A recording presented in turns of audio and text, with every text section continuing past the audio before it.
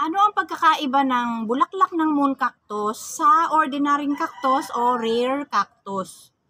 Yan. Yun po ang isi-share ko sa inyo. Samahan po ninyo ako sa ating vlog ngayon. Samahan po ninyo ako mag-umpisa hanggang sa matapos. Hello mga kaplantita-plantitos. Noon, ang isi-share ko po sa inyo ay yung ating pong mga flowers ng ating moon cactus at saka ng rare cactus at ordinary cactus. Yung mga bulaklak po niya. Ano po ba yung pagkakaiba ng mga bulaklak niya? So, ang atin pong rare cactus ay kaparehas lang po ng flower ng ordinary cactus. So, wala po tayo ngayon ditong ordinary cactus kasi yung may bulaklak ko pong ordinary ay nasa malaki pong pot. Hindi ko siya mabubuhat. So, ang bulaklak naman po niya, kaparehas lang po nito ng ating rare. So, ito pong ating flower dito sa harap ay black gymno. So, ito po ay isa sa mga rare cactus. Ayan. So, pakita ko sa inyo yung flower niya. Itabi muna natin ito dito. Yung flower po nito ay yung bulb po niya ay malaki. So, yung makikita po ninyo yung bulb niya. Ito oh. Malaki siya. Hindi po katulad ng moon cactus na maliit po siya. Compare natin dito sa ito. Saan ba malapit?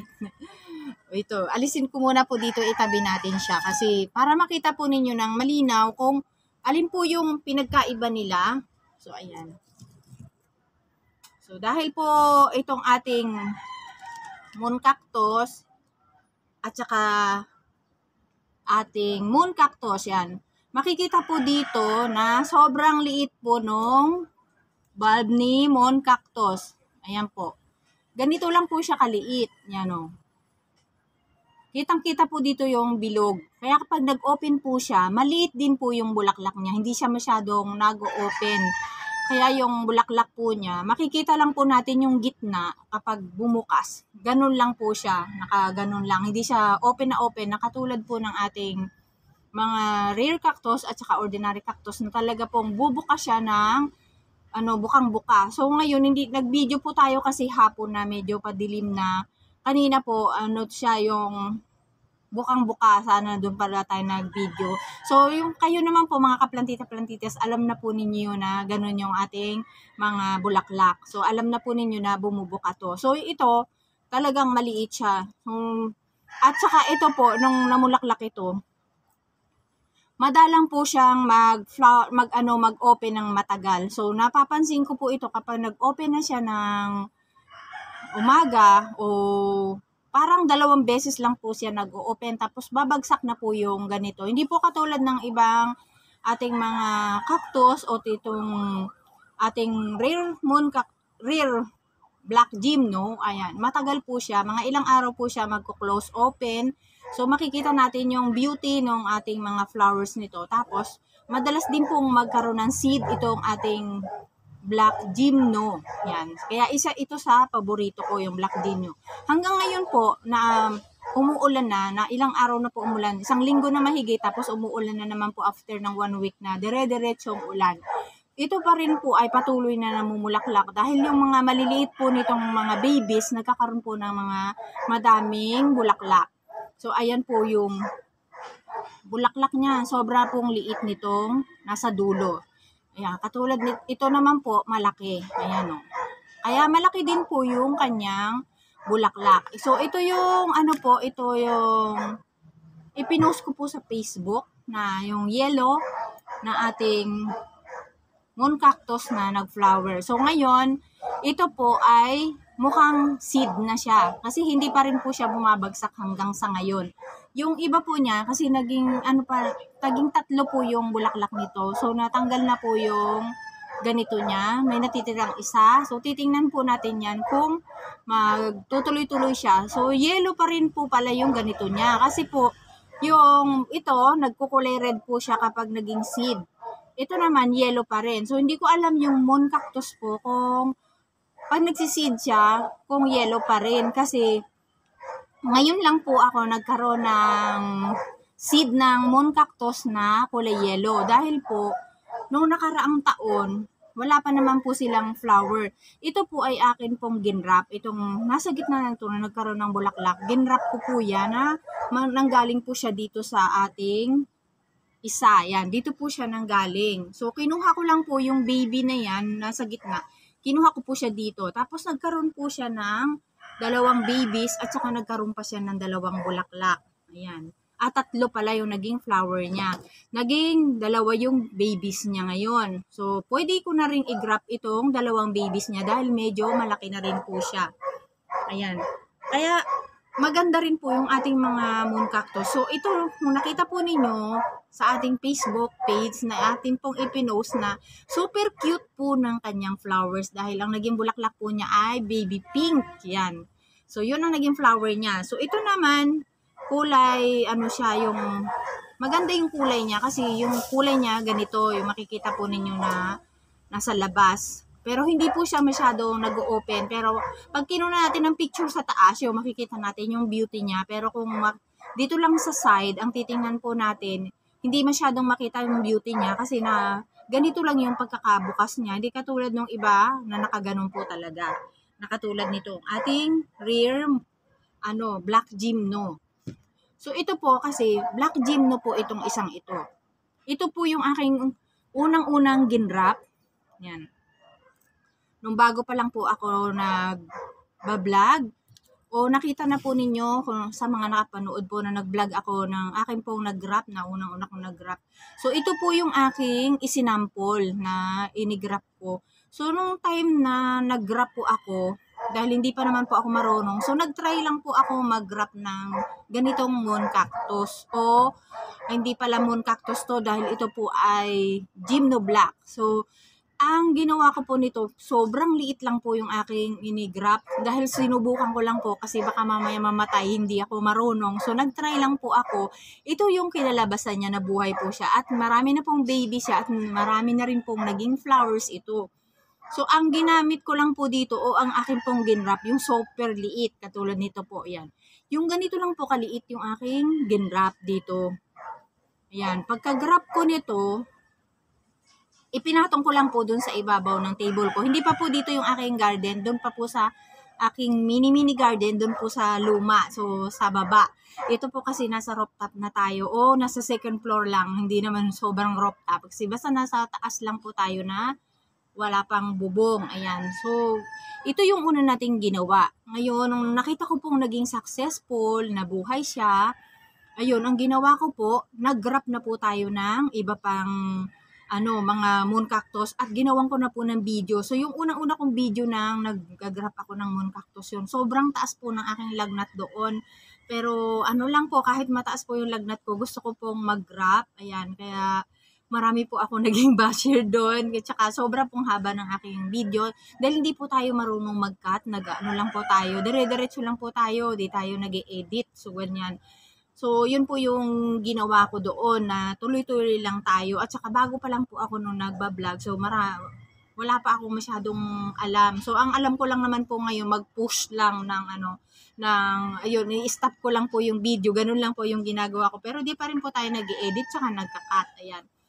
Ito, bago ko po ito inigrap, ayan, binuhay ko muna yung ating RS, itong dragon fruit, bago po ako nagtanim dito. Kaya kapag nag-ano po kayo mag-grap, kailangan po buhay na po ito. Pero hinihintay ko muna mag-isang buwan ang aking RS bago ko siya taniman para po sigurado na buhay na po talaga yung ating moon cactus, para buhay na po yung ating RS. Wag po tayong magtanim ng hindi pa nabuhay yung ganito o wala pa siyang ugat na hindi pa siya stable na nakatanim. Dahil hindi ko pa po sinubukan yun na, halimbawa, tanggal siya, hindi pa siya stable o hindi nakatanim. Tapos tataniman na o lalagyan niyo ng ganito. Hindi ko pa po yun na-try pero talagang dapat po ay bubuhayin muna ninyo yung ating RS bago po maglagay ng mag-grap. So, ang ginamit ko nga lang po dito nung ginrap ko to ay yung goma. Kasi mas ako sa goma kaysa dun po sa scotch tape. Dahil pag yung scotch tape parang lumuluwag para sa akin. So, depende po sa gumagamit kasi yung iba naman po yung plastic. Nag-try po ako nung yung scotch tape. ano siya natatanggal o hindi lang maganda yung gamit kong Scotch tape, baka natatanggal kasi siya po pag inilagay ko. Kaya mas ano po ako sa goma. Yung mga nagsasabi nga po na dapat daw hindi po goma yung ginagamit ko kasi yung masisira daw si cactus. Pero yun po ang aking yun po yung effective sa akin, yung goma. Dahil nasubukan ko na nga po yung plastic, hindi po nag-e-effect sa akin yung plastic tuloy. Yung Scotch tape, yun, hindi siya effective sa akin kapag nag-grab po ako. Kaya yun po ang ginagamit ko. At saka po sa mga tatanong, kung tatanungin po ninyo kung paano ako magdilig nito, nagdidilig lang po ako niyan once a month. Yan. O kaya kahit po isang buwan na hindi pa po ako nagdidilig, madalang ko po silang diligan dahil po yung mga dragon fruit ay hindi po sila mahilig sa tubig. Natutunaw po yan. Kasi pwede pong matunaw yung inyong RS ito. Ayan. Meron na po akong ginawa niya na pinakita ko po dahil nagkaroon ng problema ito. Asan na ba yun? Ito po yun. Ayan. So, okay na po siya. Mga ilang buwan na po yan na nangyari sa akin yun. Ito po ay natunaw yung RS niya. So, naagapan natin kaya hindi siya naubos. Ayan. So, itong RS na to, natunaw po yan doon sa puno. So, mga gaganyan lang naman po yung natunaw niya. Tapos, ang ginawa ko dyan, hindi ko na siya inalis kasi buhay pa naman po yung ating RS. Ang ginawa ko, itinanim ko po siya uli dyan na yung kalansay yung nandun sa ilalim. Hindi ko po inalis. Kasi pwede po naman gawin ninyo, putulin po ninyo yung naging kalansay, yung natira lang yung pinakang gitna niya, yung, di ba po yung nasa gitna nito matigas, so yun lang yung naiwan. Pwede po ninyong ikat yun, at itapon at saka itanim ito. Pag na-dry na po, i-air dry muna bago po itatanim itong ating RS. So, ang ginawa ko doon, hindi ko na po pinutol. So, itinanim ko rin po siya doon kahit po siya, yung kalansay na. Tapos, ang ginawa ko, ayan, ganyan lang. So, ang tagal na po nito, ilang buwan. Makikita po ninyo doon sa ating video nung nakaraan. Sa mga hindi pa po nakita o napanood, pwede po niyo hanapin sa playlist. Pero ang ginawa ko po doon, wala na palang ibang kasama yung aking video. Akala ko meron. So, pinakita ko po yun na wala talaga ditong laman yung nasa loob. Ang ginawa ko niya, naitanim ko na pong ganito. Siyempre po, kalansa yung nandun sa ilalim. Di umuuga to. Ang ginawa ko dyan, ilagyan ko po dyan ng stick. Yan, para ma-hold po yung ating cactus. Ayan. Wait lang po tayo ng sample. Ayan, wala po ako nahanap na stick. So, ito na lang po yung isasample natin. Total sample lang. So, dahil po sa umuuga ito, ayan, nung itinanim po natin yan, dahil nga po, walang support yung nasa ilalim, dahil nga po, kalbo na o kalansay na yung ilalim. Ayan, so ang ginawa ko po, ganito lang, tinusukan ko siya ng tagkabilang stick para po ma-hold siya at tumibay, na hindi siya magalaw. So, ganito po yung ginawa ko. Ayan. Ginanyan ko po yung aking ginawa dito para po hindi nagagalaw yung kanyang RS at maging matibay siya. So, ngayon po, dahil sa ilang buwan na to, ayan, ito na po yung resulta niya. Buhay pa rin po siya, kaya lang hindi pa po masyadong mataba yung kanyang RS. Pero buhay naman po siya at saka marami pa rin pong babies. Ayan o. So makita po ninyo dyan na medyo payat siya. Ang importante po, nabuhay siya. Ayan. At magkakaroon po naman ito ng ugat. So kasi yung ibabaw dyan, nasa na ba yun? Meron po kasi akong na-try. Ito. Ayan. So ito kasi, nangyari na rin po yan na natanggal yung natunaw din yung nasa ilalim. So, ang ginawa ko, yan, ito yung aking sinampulan dito talaga lahat nang galing yung aking sample. Dahil dito nang galing yung ginawa ko, ito, inigrap, umpisa. Tapos dito rin po siya, nag-umpisa na matunaw din yung kanyang puno ng RS. So, ang ginawa ko, hinayaan ko lang po siya dyan. Tapos, dinagdagan ko lang po siya ng, labarak na maliliit. Ayan. So, nagkaroon po siya ng ugat. Makita po ninyo, lumabas na kasi nagalaw ko siya. Binunot ko kasi yung damo, kaya lumabas yung ugat. So, ayan. Ngayon, hinayaan ko lang po na ganyan. Di uuga-uga po yan. Dahil wala na nga po yung nasa ilalim niyang, wala nang laman yung ating RS. So, ngayon, ang ginawa ko, dinagdagan ko lang po ng labarak dito sa gilid. Yung pinakampuno niya, yan, tinambakan ko po ng labarak, tapos hinayaan ko lang po siya ng ganyan. Hanggang sa lumabas po yung ugat niya.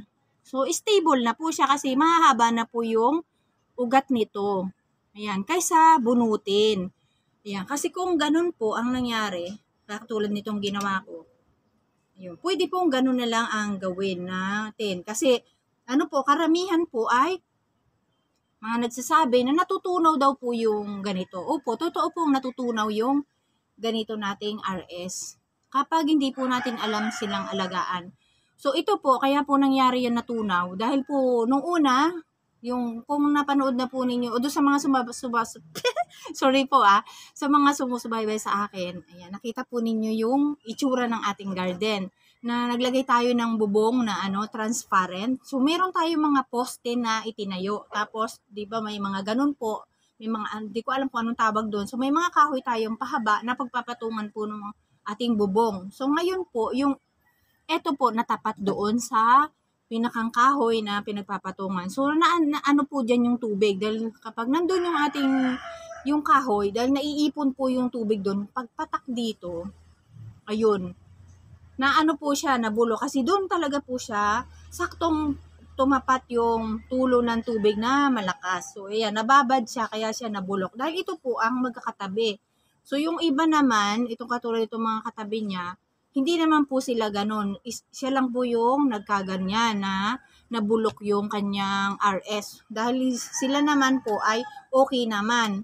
So, ang nangyari sa atin na dalawang RS ay itong dalawang ito nagkaroon ng problema. Pero okay naman po sila sa ngayon. Ayan, dahil nasolusyonan natin. So, kasi hindi ko maisip kung ano po yung gagawin ko nung una na ako po ay nagtatanim nitong moon cactus.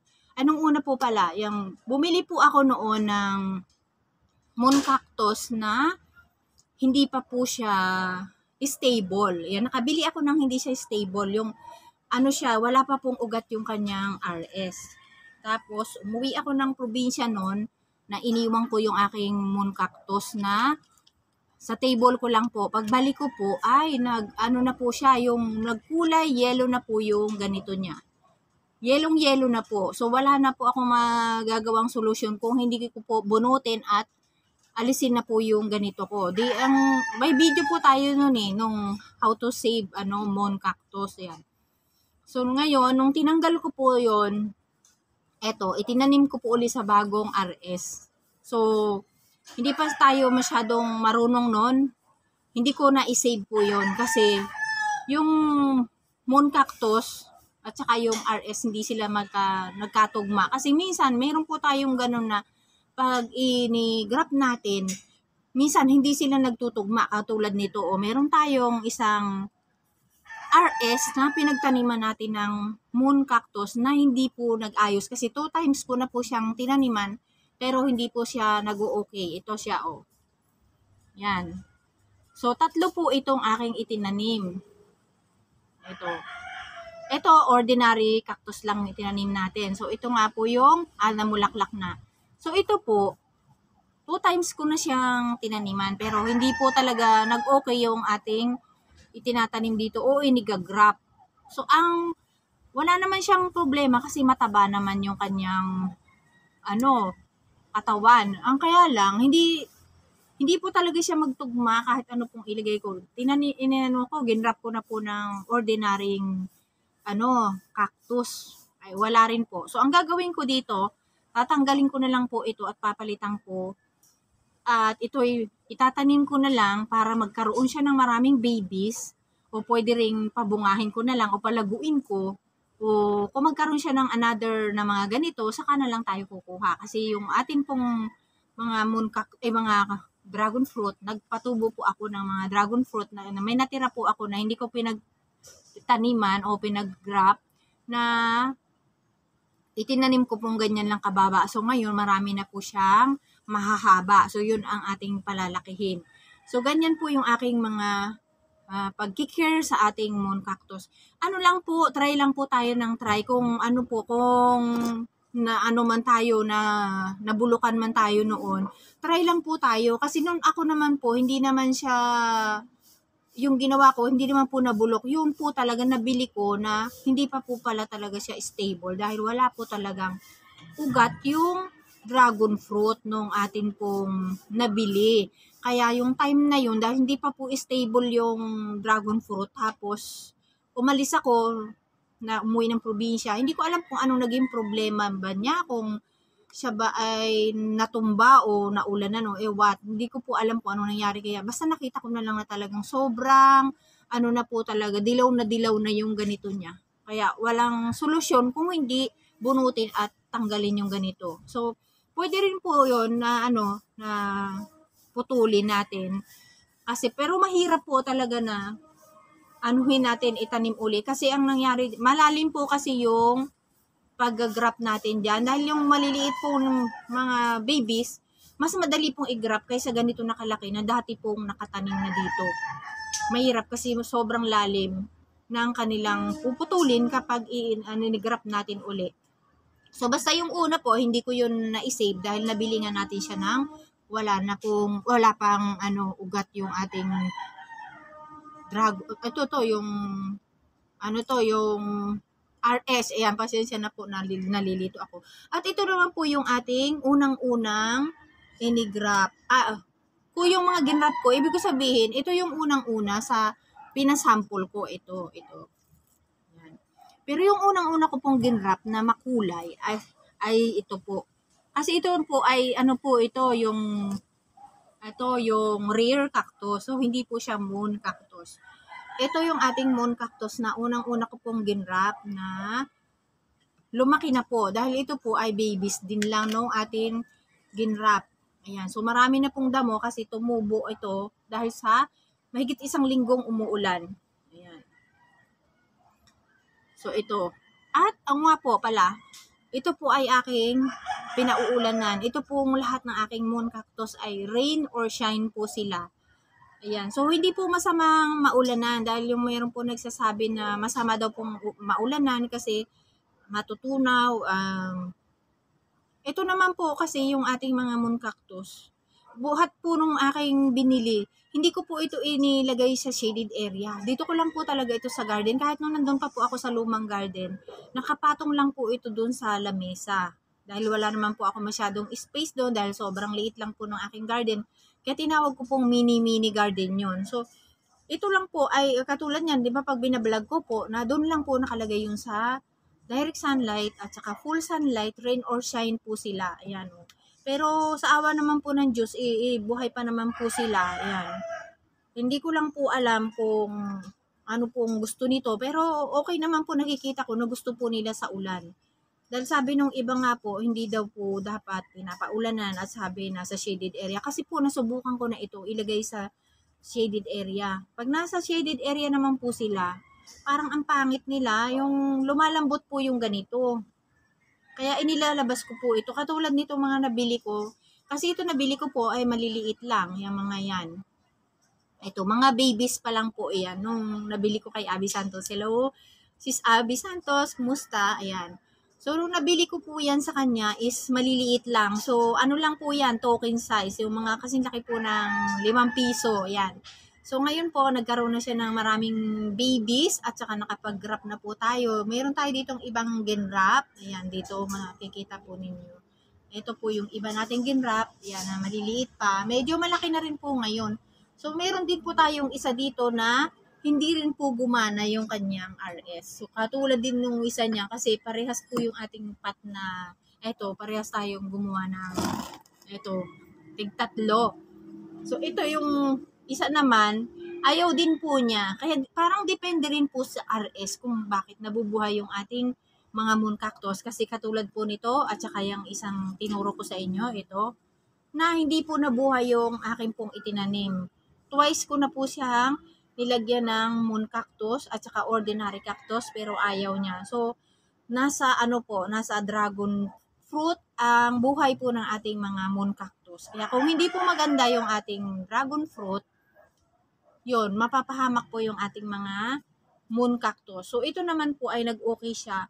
Matataba po yung kanyang dragon fruit dito. So, kaya ito po ay akin pong itatanim na lang yung mga hindi nagpwede po.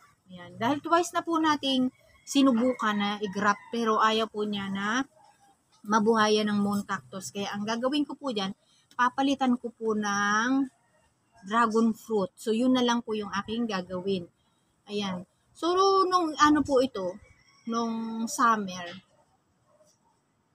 man po o ano man yung araw, once a month ko na lang po sila diniligan. Pwede rin naman pong every 3 weeks didiligan. Pero madalang ko pong gawin yun na every 3 weeks. Pero karamihan po, lang, once a month o kaya minsan nga po, hindi pa isang buwan bago ako magdilig. Lumalampas pa po. Minsan nakakalimutan ko po silang diligan. Ay, yung ganun. Nalilimutan ko. Tapos kapag umuulan naman po, okay lang po siyang maulanan. Pero yung iba po talaga sabi nila natutunaw daw. Pero ito naman po sila na hindi naman po natutunaw at saka ilang taon na rin po sila. Ayan. Medyo matagal na rin po. At ito yung pinakamatagal sa akin. Itong dalawang ito.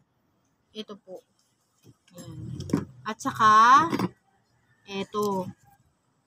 Ayan. Silang dalawa yung akin pong inigrap. Nang mag-umpisa ako mag-grap, ito po sila. Ayan. Dahil parehas lang po itong baby ng ating pong inigrap. Ngayon po ay parehas na silang mother plant at marami na rin pong naging babies ito at saka marami na rin pong naging bulaklak siya. So ito, ayan. Lumaki na po talaga itong ating moon cactus na to. So marami na pong damo na makikita kayo dito. Dumami na sila kasi nga po sa pag nauulanan yung ating mga plants, tumutubo po yung mga damo nila. Ayan. So, yung ating natapi kanina na kung ano yung pinagkaiba nila ng bulaklak. So, okay na po ba sa inyo yun na yung ating mga bulaklak na ganyan po yung pinagkaiba. So, kasi po ang pinagkaiba talaga nito ay madali lang po itong bumuka. Ayan. Ay madali lang po siyang mamatay. Ibig sabihin, yung pag nag-open po siya, napapansin ko kasi dito, pag nag-open siya, parang 2 araw lang, minsan isa lang yung kapag hindi natutuloy. Tapos, na siya, bagsak na siya, hindi naman siya naging seed. So, ito lang yung masusubukan natin kung magiging seed po siya. At ito naman po ating moon cactus, sabi po, yan, kaparehas po siya ng ating mga ordinary cactus, ang laki ng flower. At minsan, mas malaki pa po dito ang flower ng mga ordinary nating cactus. Yan, makikita po natin sa bulb nila na malaki sila o maliit. Ayan, katulad po nito ng ating ito si Black Gymno, nalilito ako sa kanila eh. Si Black Gymno ay malaki po yung bulb niya, ganyan. At ito naman po ay sobrang liit, parang lang siya. Tawag nito, parang gatuldok lang. Kaya po, maliit din yung kanyang bulaklak. So, nakikita ko na marami po sa inyo na may mga ganitong klase ng moon cactus na maganda po yung bulaklak niya. At ito po ay parang halos parehas po ng flower itong dalawang ito. Yan, parehas po ng kulay ang kanilang bulaklak kapag namumulaklak itong dalawang ito na nasa harap po natin. Ayan, ito po ay mayroon pa rin pong maliliit na bulaklak na tumutubo sa kanya. So, tuloy-tuloy pa rin po yung pamumulaklak ng ating mga moon cactus. Kahit po sila umuulan, pag nag-start pong mamulaklak itong moon cactus, tuloy-tuloy po yung kanilang pamumulaklak. Yun po yung napapansin ko sa kanila. Basta magkaroon sila nag-start na po silang sumulpot yung flowers, tuloy-tuloy po sila. So, itong ating yellow na to, wala pa naman pong kasunod. Ayan. Tapos, ito, marami po siyang mamulaklak. Kaya lang, hindi po ako nasasatisfied sa bulaklak nila dahil sobra pong liit. Ito, dahil siguro nasanay ako sa mas malalaking mga bulaklak. Dahil yun po yung nauna kong mga, alagaan na, sila yung lagi ko nakikita na malaki. Kasi ito pa lang aking moon cactus. Ito yung moon cactus tuloy. Nalilito ako, pasensya na po. Yung ating pong Black Gymno, ayan. Ito po yung una kong inalagaan yung ating Black Gymno. Makikita po ninyo doon sa unang-una kong video, yung una kong vlog, na ito po yung aking mga moon cactus na mayroong bulaklak. So, ito po sila. So, yung time na yon hindi pa po sila black. may green pa siya kasi doon po sa aking garden, medyo shaded area, hindi po siya masyadong direct sunlight. Kaya yung aking pong akin pong black gymno, hindi po siya black. So, nag-black lang po siya dito ng maganda nung nasa direct sunlight na po tayo. Lumabas yung totoo po niyang kulay. Ayan. So, ngayon nga po, hindi siya black na black dahil po sa panay po ang ulan natin. Ayan, panay po ang ulan. Kaya hindi siya color black. Ayan. Black-blackan lang po siya sa ngayon. Ayan, marami po mga damo yung tumubo sa ating halaman. Ayan. So, ito po, hindi ko po ito pinapa-price. Hindi ko po ito giveaways. Kasi masyado pong expensive yung ating mga moon cactus. Yung time po na binili ko ito is, yung mother plant po is 600. Tapos yung baby po, na kasing laki lang token, is 250. So noon pa po yun, hindi ko po alam ngayon kung magkano po yung ating mga moon cactus. Try po ninyo, baka meron po kayong mabibili ng iba na mas mura. Pero yan po yung price ng ating mga moon cactus. Kahit noon pa po, nung una po ako nagkaroon ng moon cactus, ganun din po yung price. Yan. At yun nga po, yung mga nagtatanong po, ayan, dun ako kay Abby Santos bumili. Ayan. Kung gusto po ninyong mag-try o yung mga wala pa po, pwede po kayong mag-order doon. Yun po ay nilagay ko po doon sa aking comment doon sa sa aking pag-graph nung unang-una. Nandun po yung pangalan niya. Nilagay ko po doon. Ito rin pong yellow na to. Ayan, itong isang ito. Ayan. Ito rin po yung aking ginrap. Dito rin po siya nang galing sa yellow na to. So, dalawa yung ating nag-wrap na yellow sa ngayon. Ayan. So, ito po, hindi pa siya nagkakaroon ng bulaklak, pero sabay ko lang po silang ginawa. Ayan, sabay ko silang ginwrap. Pero, makikita ninyo dito na, ayan, ang damo kasi. Wala pang baby po itong isa. Ayan, bunutin natin. Yan. Wala pa man lang baby itong isa nating moon cactus na yellow. Pero ito po ay marami. Ay, naging dalawa na yung babies niya na malaki at nagkaroon na po ng bulaklak. So, ito, parang nagkakaroon po siya tinutubuan na po siya ng maliit na babies. Gatuldok lang po yung kanyang babies. Yan. So, yan po yung ating share sa ngayon, mga kaplantita-plantitos. Ayan, meron po tayong mga social media, meron po tayong Facebook page, meron po tayong IG, at saka meron din po tayong TikTok. Ayan, paki-follow naman po. Ayan. At saka kung nagustuhan po ninyo yung ating video, paki-like din po at saka paki-share. At huwag ninyo pong kalimutang mag-subscribe at i-click ang bell para po ma-notify po kayo kapag may bago tayong video. Ayan, maraming pong salamat sa inyong panunood. At ayan, yan na po yung ating share sa ating mga moon cactus na nagkalat na yung moon cactus ko pala. Hindi natin naayos yan. Thank you so much po sa inyong lahat at bye-bye po at ingat po tayong lahat. Thank you for watching.